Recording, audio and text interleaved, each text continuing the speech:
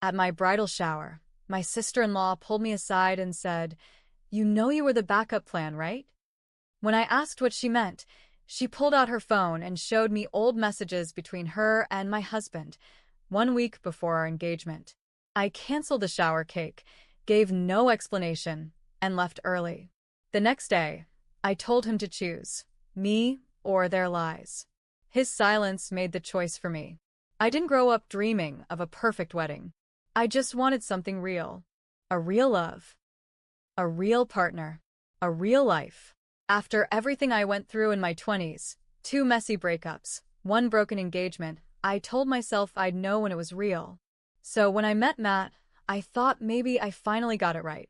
We met through work. Not the same office, but we ended up on a joint project between his company and mine. He was the calm in the chaos. Friendly, respectful, not too pushy. We had lunch together once after a meeting, then again the next week. He listened when I talked. He remembered things, like how I hated cilantro or that my dad passed when I was young. That mattered to me. We took it slow. Friends first, then dating. After a year, he brought me home to meet his family. That's when I met Stephanie. She was polite. Not warm, not cold. Just distant. I figured that was normal. Some people take longer to warm up. But I always felt something off about her. Like she was pretending to be friendly. Still, I ignored it. Matt and I were happy, and I didn't need his sister to be my best friend. Fast forward 3 years. We'd moved in together, adopted a rescue dog, and started talking about marriage. I didn't pressure him. He brought it up first, actually. Said he'd been thinking about it a lot and wanted to start the next chapter with me. When he proposed, I cried. Not because of the ring, it wasn't even expensive, but because I really believed in us. Everything seemed right. Until the bridal shower. My sister planned the whole thing. We held it at her house in Grand Rapids. I walked in, and everything was perfect. Pink streamers, candles, rose gold balloons, even a playlist of my favorite songs. There were finger sandwiches, mini quiches, champagne with strawberries. Everyone I loved was there. Except I wasn't prepared for what would happen that day. Stephanie showed up late. She always had a flair for making an entrance. Hair done. Makeup perfect, designer purse dangling on her arm. She gave me a quick hug, smiled like nothing was wrong, and joined the party. I noticed her watching me a lot. I thought maybe she was just being nosy. But about 20 minutes after she arrived, she came up beside me while I was opening gifts. "Can I talk to you in private?" she asked, low and firm. I was confused but followed her. I didn't want to make a scene. She led me to a back room. My sister's little home office. Shut the door behind us. Then she looked me dead in the eyes and said, "You know you were the backup plan, right?" I stood there stunned. "What are you talking about?" She didn't explain. Just took out her phone, opened her photos, and pulled up screenshots. I stepped closer and saw they were text messages. Between her and Matt. Dated 1 week before he proposed to me. I read them once. Then again. I felt like my skin was trying to peel itself off. Matt. I still think about us sometimes. I don't think Rachel's the one. Stephanie. Then why are you even with her? Matt. She's stable. She wants what I want. You, and I would have burned out again. Stephanie. So, she's your safety net. Matt. Guess so. She doesn't scare me the way you did. I felt sick. You and him. I whispered. She shrugged. It wasn't serious. But it happened. More than once. You should know what you're walking into. I looked at her and didn't see a sister-in-law. I saw someone who wanted me destroyed. And maybe someone who still wanted him. I didn't say a word. Just walked out of that room like a ghost. I heard the laughter in the living room. The clinking glasses. I walked past all of it. I went out to my car, sat in the driver's seat, and stared at the wheel. Then I called the bakery and canceled the cake. I texted my sister. Sorry. Not feeling great. Left early. I drove home in silence. That night, I sat in the dark of our apartment. The engagement ring still on my finger. My chest felt hollow. Matt came home around 10. He looked happy. Casual. "Hey babe," he said. How is the shower? I looked at him. I said one sentence. Me or their lies? He blinked. What? You heard me. Me or their lies. He just stood there. Didn't speak. Didn't ask what happened. Just stared at me with this blank, cornered look. He didn't defend me. Didn't choose me. His silence said enough. I went to the bedroom, packed a suitcase, and drove to my sister's. I didn't cry. Not yet. Next morning, I made a list of everything in the apartment that was mine. Called off the florist. The caterer. My mom cried when I told her. Matt still hadn't called me by noon. That's when I knew. This wasn't a misunderstanding. This was who he was. Who they were. And I wasn't done yet. I stayed at my sister's for 3 nights. Matt didn't call. He didn't text. Not even a "can we talk?" That told me everything I needed to know about how real our relationship had been. About what I meant to him. For years. And he couldn't even ask me why I left. On the 3rd morning, I got a text from Stephanie. You left a few things at the apartment. Want me to drop them off?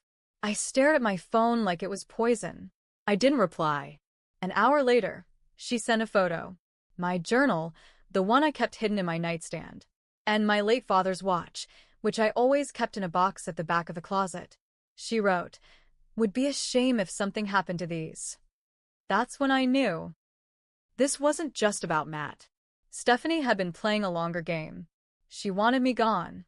Maybe she always had. I drove straight to the apartment. I didn't tell anyone. Just walked in using my key, heart pounding. Stephanie was sitting on the couch. My journal on her lap. The watch in her hand. She smiled when she saw me. You came, she said, like she was hosting a brunch. Where's Matt?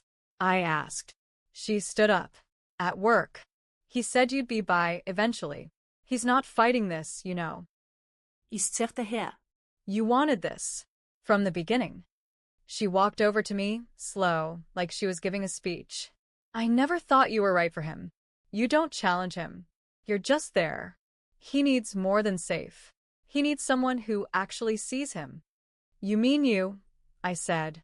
Her jaw tightened, but she didn't deny it. So, why the texts? I asked. Why show me? Why not just let him end it on his own? She laughed. Because he never would. You made things too easy. You planned the wedding, paid half the deposit on the venue, kept the fridge full, walked the dog. Hell, you probably would have carried his baby while he texted me on the side. I had to show you what you were walking into. I felt like slapping her. But I didn't. I just took the journal and the watch from the table and walked out. She didn't stop me. The next day, I started digging. I wasn't done. Something told me there was more to this. More than just a few flirty texts and a shared past. I went to an old friend of Matt's, Josh. We'd fallen out of touch over the last year because Matt thought he was too negative, but I always liked Josh. He was blunt. Honest. Didn't sugarcoat things. When I called and asked if he had time to talk, he said, "About Matt." Hell yes. We met at a bar near his work. He didn't waste time. I always thought you deserved better, he said. But I kept my mouth shut because it wasn't my place. But now. He leaned in. He and Stephanie. They weren't just a fling. They were on and off for years. And not just before you. During. My stomach dropped. What do you mean during? Josh looked me straight in the eye. Last fall. When he told you he was going to visit his friend Tyler in Chicago. He was in a hotel with her. I saw the receipt. He told me it was over, but I knew better. I couldn't breathe. All those weekends, he said, he was busy. All the times he left his phone face down. The sudden coldness that would come and go. It all made sense now. It wasn't just betrayal. It was a full-on lie. My entire life had been twisted around a man who saw me as nothing more than a soft place to land when his real life got too messy. And Stephanie, she wanted to be the one he ran back to. But she didn't realize something. I wasn't going to just walk away and let them win. If they wanted war, they were going to get it. I didn't sleep that night. I lay in my sister's guest bed with my phone in my hand, scrolling back through old texts, photos, every little thing I'd ignored over the years. I wasn't looking for closure anymore. I was looking for ammunition. And I found it. Last year, Stephanie had a medical scare. She'd gone off the grid for about 2 weeks, supposedly at some wellness retreat in Traverse City. Matt was weirdly cagey about it at the time, and I remember him leaving in the middle of the night once, claiming she needed him. Back then, I believed him. Family emergency. I didn't question it. Now, I had questions. I checked her Instagram. Nothing posted during that time, just a blank stretch from September 14th to October 1st. I searched Matt's calendar invite history from our shared Google account. That same week, he'd blocked off 4 straight days as work travel, but I remembered him saying he wasn't going anywhere. It didn't sit right. So I did something I'm not proud of. I messaged Stephanie's ex-boyfriend, Travis. They dated years ago and broke up messy. I never met him, but I remembered his name because Matt once said, "Stephanie's ex is nuts." Well, maybe that kind of crazy was what I needed now. I sent him a short message. "Hi, this is Rachel. I was engaged to Matt. You used to date Stephanie. I need to ask you something important. Do you have 5 minutes?" He replied in 2. "I have way more than 5. What the hell did those 2 do now?" We talked on the phone. And what he told me took everything I thought I knew and flipped it inside out. "Stephanie lies for sport," he said. "But there's one thing you might not know. She got pregnant last year. She told me it was mine until I found out she was also seeing Matt." My heart stopped. "Did she have the baby?" I asked. No. "She lost it. I think she lied to Matt too. She always used drama to pull him back in. She had some kind of hold on him. They'd fight, blow up, and a month later, I'd see him leaving her place again. That retreat in September, that wasn't a retreat." I hung up and just sat there. I finally saw the full picture. Stephanie wasn't just trying to ruin my wedding. She had tried to replace me entirely. And Matt, he let her. Every single time. It wasn't about who he loved more. It was about control. She had it. I didn't. But what she didn't know is that I had something else now. Leverage. When we got engaged, Matt and I signed a joint lease on a small house just outside the city. It was supposed to be our starter home. I paid half the deposit. My name was on the lease, utilities, insurance. He insisted we not buy, said he wanted to wait until after the wedding. Good thing. Because I started going through the paperwork and realized something. Matt had paid nothing toward the last 3 months. All the online payments, my account, my auto draft. And then I checked his credit card statement, one I still had access to because we once shared logins. I know, stupid, but we were engaged. I thought we were a team. What I found on there made my skin crawl. Hotel charges from a boutique place in Saugatuck. A room with a spa tub and ocean view. Same week, he claimed to be staying late for work. Dinner charges for 2. Room service. A flower delivery charge. I called the hotel pretending to be his assistant. Asked for an emailed receipt for tax purposes. They sent it right over. Room for 2. Reservation under Stephanie Harmon. I printed everything. Every receipt. Every screenshot. Every message. It wasn't just about revenge anymore. It was about taking my power back. Making sure neither of them got to rewrite the story as it just didn't work out. No. They were liars. And everyone was going to know it. And I hadn't even started with their parents yet. I didn't tell anyone what I was planning. Not my sister. Not my friends. I needed to do this on my own. Clean. Cold. Stephanie's parents had always been polite to me. Her mom once told me I was the calm one in the family. Her dad had offered to help pay for the rehearsal dinner. They didn't seem to know how toxic their daughter was, or maybe they just chose not to see it. So I invited them to brunch. I told them I wanted to talk about the wedding. I made the reservation at a quiet restaurant downtown where we wouldn't be interrupted. They came. On time.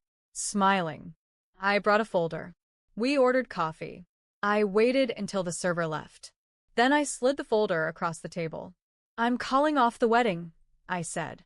Her mom's smile froze. Her dad looked confused. "What?" he asked. "I know about Stephanie and Matt," I said calmly. "I know it's been going on for years. I know they slept together last fall. I have proof. That folder has text messages, hotel bills, even a fake retreat that was actually a pregnancy cover-up. Her mom's face drained of color. I don't expect you to fix this, I said. I'm not here for that. I just thought you deserved to know the truth before you let your daughter spin some story about how I panicked or changed my mind. I didn't. I saw the truth. And I walked away. Her dad opened the folder. His eyes scanned the first page, and he whispered, "Jesus Christ." I got up and left. By the time I got home, I had 3 missed calls from Matt and one from an unknown number I knew was Stephanie. I didn't answer. I didn't care. But then I got a message from Stephanie. "What the fuck did you tell my parents?" And another from Matt, just one word. "Why?" I smiled. I posted the truth online. Not some petty rant, but a simple, calm explanation on our joint wedding website. I left out the worst details, just enough to make it clear the wedding was canceled due to infidelity between the groom and someone he shouldn't have been near. I posted it Friday night. By Saturday morning, I had 50 texts, most from mutual friends. Some in shock, some asking what they could do. One from Matt's best man. "I always thought you were too good for him. Let me know if you need help moving your stuff." Matt showed up at my sister's door 2 days later. He looked like hell. "I just need to talk," he said. I let him speak. He didn't deny anything. He tried to explain, like there was some logic that would make it less disgusting. She needed me. "She's unstable." I didn't think it would go that far. "She always needs you," I said. "And you always go back." "I never meant to hurt you." I nodded. "You just never meant for me to find out." He didn't reply. He cried. And for a second, I hated myself for still caring that he cried. But I stood my ground. I told him to pack his things and move out by Friday. I'd already filed to remove my name from everything tied to him. Stephanie? She went radio silent. Her parents cut her off financially. Her dad pulled out of a business deal she had pitched to him 2 weeks before. Her mom sent me a message. Just 4 words. "I'm so sorry." It wasn't perfect closure. Nothing ever is. I still had to deal with the embarrassment, The shame. the moments I second-guessed myself and wondered how I missed it all. But I walked away with my head high. They tried to make me the backup plan. Turns out, I was the escape route. And now, I'm free. Not broken. Not bitter. Just done. And that's the best revenge I could have given either of them.